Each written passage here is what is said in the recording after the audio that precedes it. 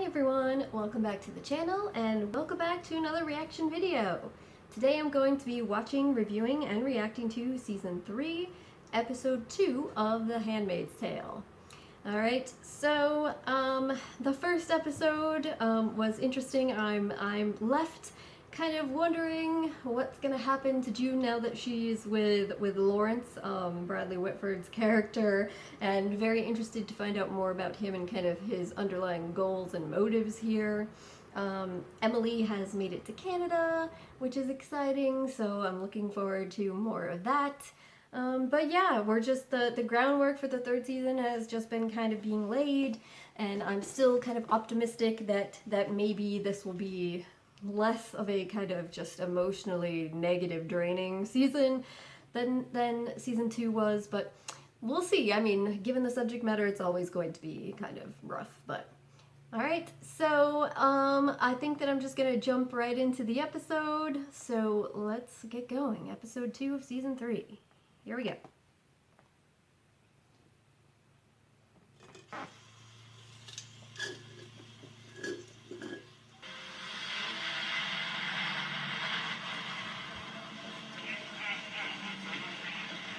We're about to take back Chicago, my mistress tells me. I will keep our soldiers in my prayers. Praise thee. I've been praying for the Waterfords, too. That is kind of you of Matthew. Fair, poor, sweet baby. Wherever she is. I can't imagine what came over of Joseph. I am of Joseph. She's like, oh no, that's right. I was the pious little shit. Blessed be the fruit to you. May the Lord open. Oh boy. I'm glad to see you're feeling a bit better, Aunt Lydia. Aren't you kind? I didn't figure I'd see you back in this house anytime soon.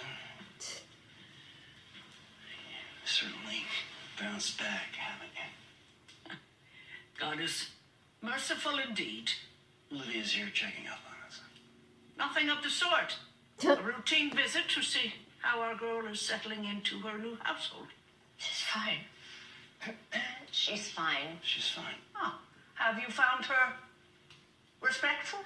We've had trouble with her in the past. Yes. Oh, I won't go now. All right, my love. All right. And the ceremony? Our records show that of Joseph's fertile time was last week. Yep. Aces. Praise thee. Mrs. Lawrence. Maybe no more of this for her. No more ceremonies. She's just tired. All right, my love. Pleasure. It's one benefit of being in that household.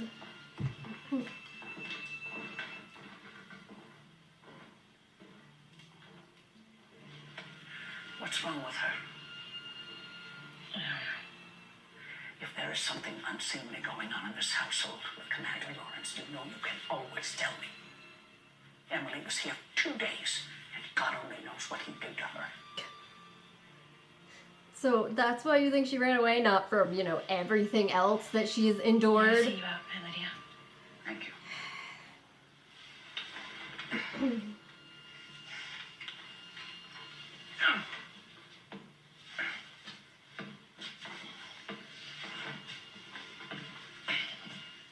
I'd like to look at your room to see if it's shipshape. All right?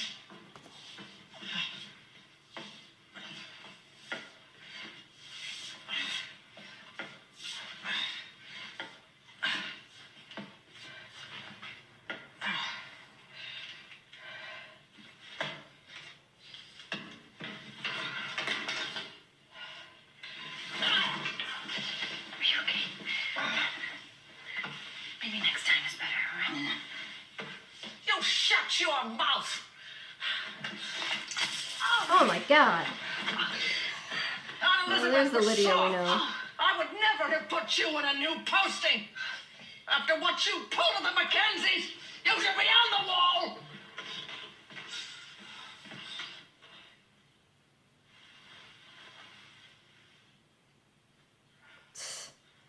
Oh, you've been caught abusively. Acting Everything is- abusively. In hand. Maybe once.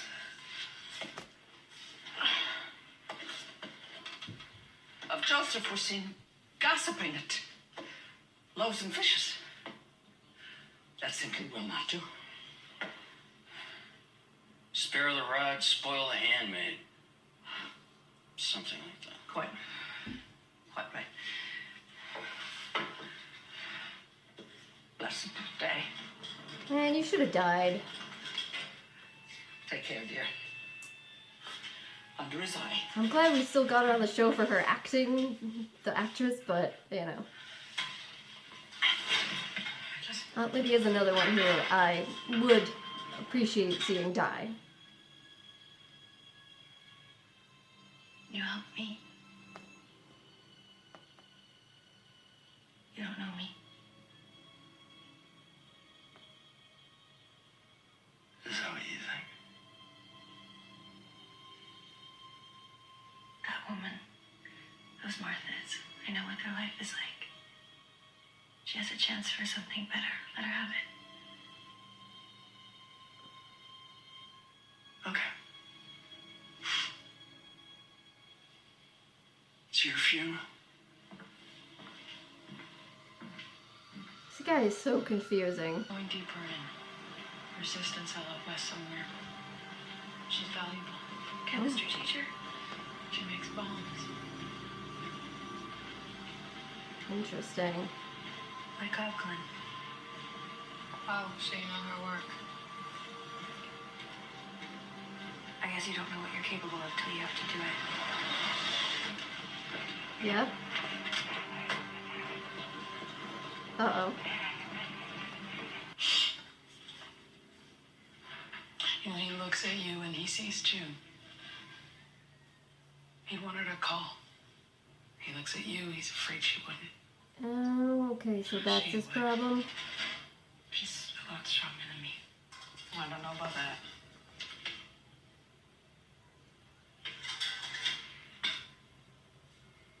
I can't. Yeah, because it's terrifying. And you're right to be scared. I mean, look, I've seen a lot of these reunions, and it's not always a storybook ending. But nobody's talking about happily ever after. Just after. I mean, he does make a great pie. What's going on?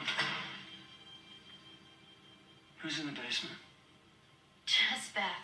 We saw a rat. She screamed. Liar. It's two. Uh-oh. You want to try?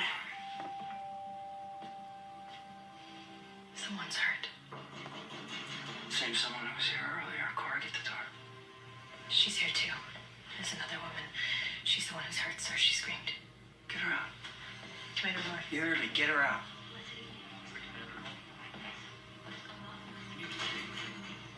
Okay?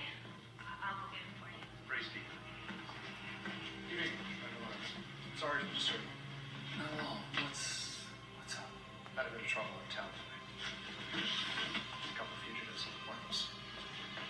Can you just... Thank you, sir. We'll just be a minute. We're talking to the We have a man good criminal check. Joseph? Is everything all right? Everything's fine, Mama. Why don't you go back to bed? When we have guests, don't be silly. Has he offered you something warm to drink? Yes, ma'am. Thank you. Good. Cold night like this.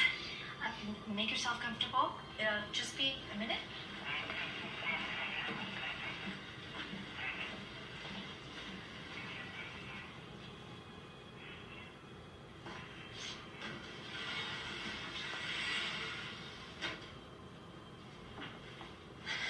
help me, please.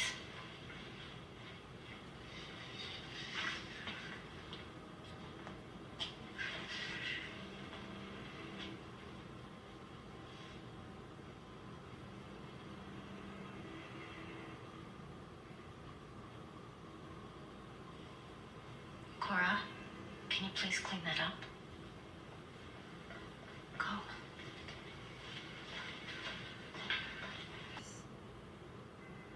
Do you even know who she was? No, sir.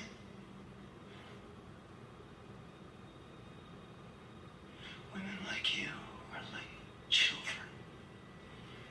Asking for too much, taking whatever you want, damn the consequences. I'm sorry, sir. I bet you are. Is Mrs. Lawrence okay? Do not presume to speak to me about my wife!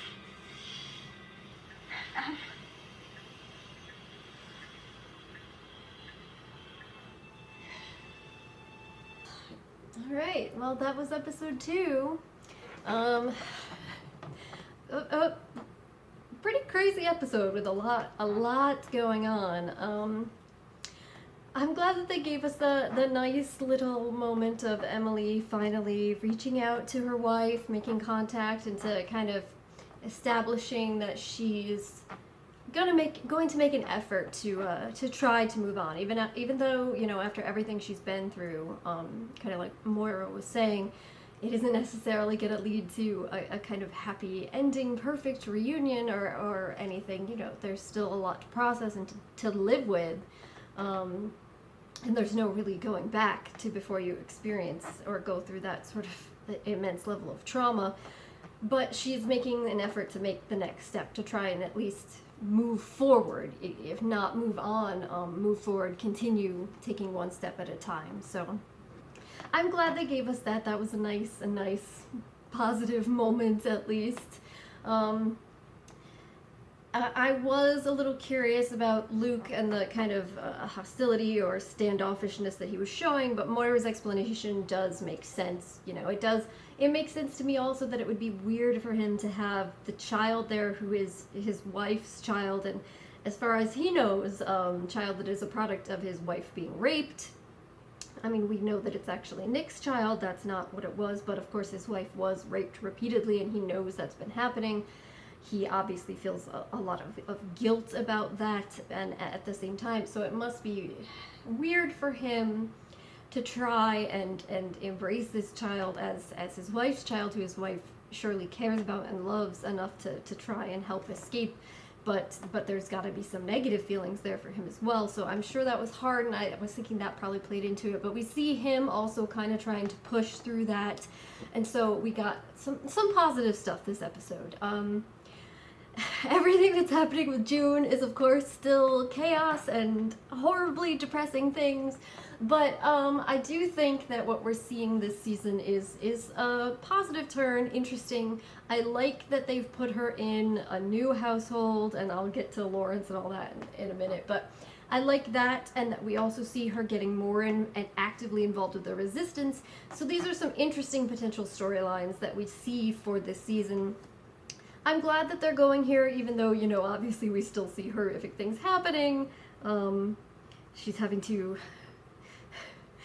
hold a woman who is in horrific pain, try to keep her silent, to the point that I don't know if the implication there is that she actively was somehow responsible for her dying as she did, or if it's just like that's just a matter of how it happened, but then she has to actively go about, you know, burying her with her hands. I mean, so again, still horrifying, brutal things that are happening to her, but it's at least it's in an effort to kind of resist and do something positive, I suppose you could say. And also, I like that it's a change from what we saw in the first 2 seasons. You know, if they just put her back in the Waterford's house, I mean, first of all, it wouldn't really make sense that would happen, but even if they somehow did, I feel like it would just be too repetitious. You know, it already, to me, it was seeming like with season 1 and season 2, there was a bit too much kind of repetition, and so this is a new turn, which I think is good. As for Commander Lawrence, I'm still very curious. I'm kind of baffled about him. I think I'm in a similar situation as kind of June is and trying to just figure him out in the way that, you know, he clearly doesn't fully believe in what's happening in Gilead to the point that he's willing to help Emily escape, that he's willing to, drop June off outside her child's house, another commander's house, and just let what happens, that he's willing to allow these kind of resistance movement interactions to just regularly happen in his household. He is not even attempting to act out the ceremony, and hopefully that he won't be doing that going forward, so June is free of that. So, there's a lot of stuff there that he's clearly not fully on board with what's happening in Gilead, but at the same time, you know, he says a bunch of ridiculous misogynistic stuff. He was actively involved in the shaping of all of this, so he has to, at some level, believe in a lot of that, even though he's not actively living up to it. So he's a very confusing character, and then when June is saying, you know, you helped me, he says things like, oh, is that what I was doing? That's what you think I was doing? So his goals, his motives are very strange to me. Aunt Lydia doesn't trust him and views him with suspicion. Everyone views him as kind of like this weird character. I'm just really trying to figure him out, you know? Is he just kind of like a crazy person that just wants to kind of watch what happens? He's just curious, and that, I don't know, what is his deal? And then of course we have his wife, who actually does seem to be more sympathetic and actively involved in trying to help June and the Marthas and everybody there and protect them. So maybe it's just that he loves his wife and his wife has those views, so he's going along with it. I don't know, but I really would like to find out more, and I'm hoping we'll get to find out more about his underlying beliefs and his motives as the season progresses. And I'm interested to continue to see the dynamic between him and June and his wife. So yeah, another good episode. I'm still very curious about what's coming up next, but I think I'll wrap the discussion up here, so if you have anything you think that I missed or any other questions or comments, please do leave them down below. And other than that, I'll just say thank you very much for joining me today. Hopefully I'll see you next time. Bye.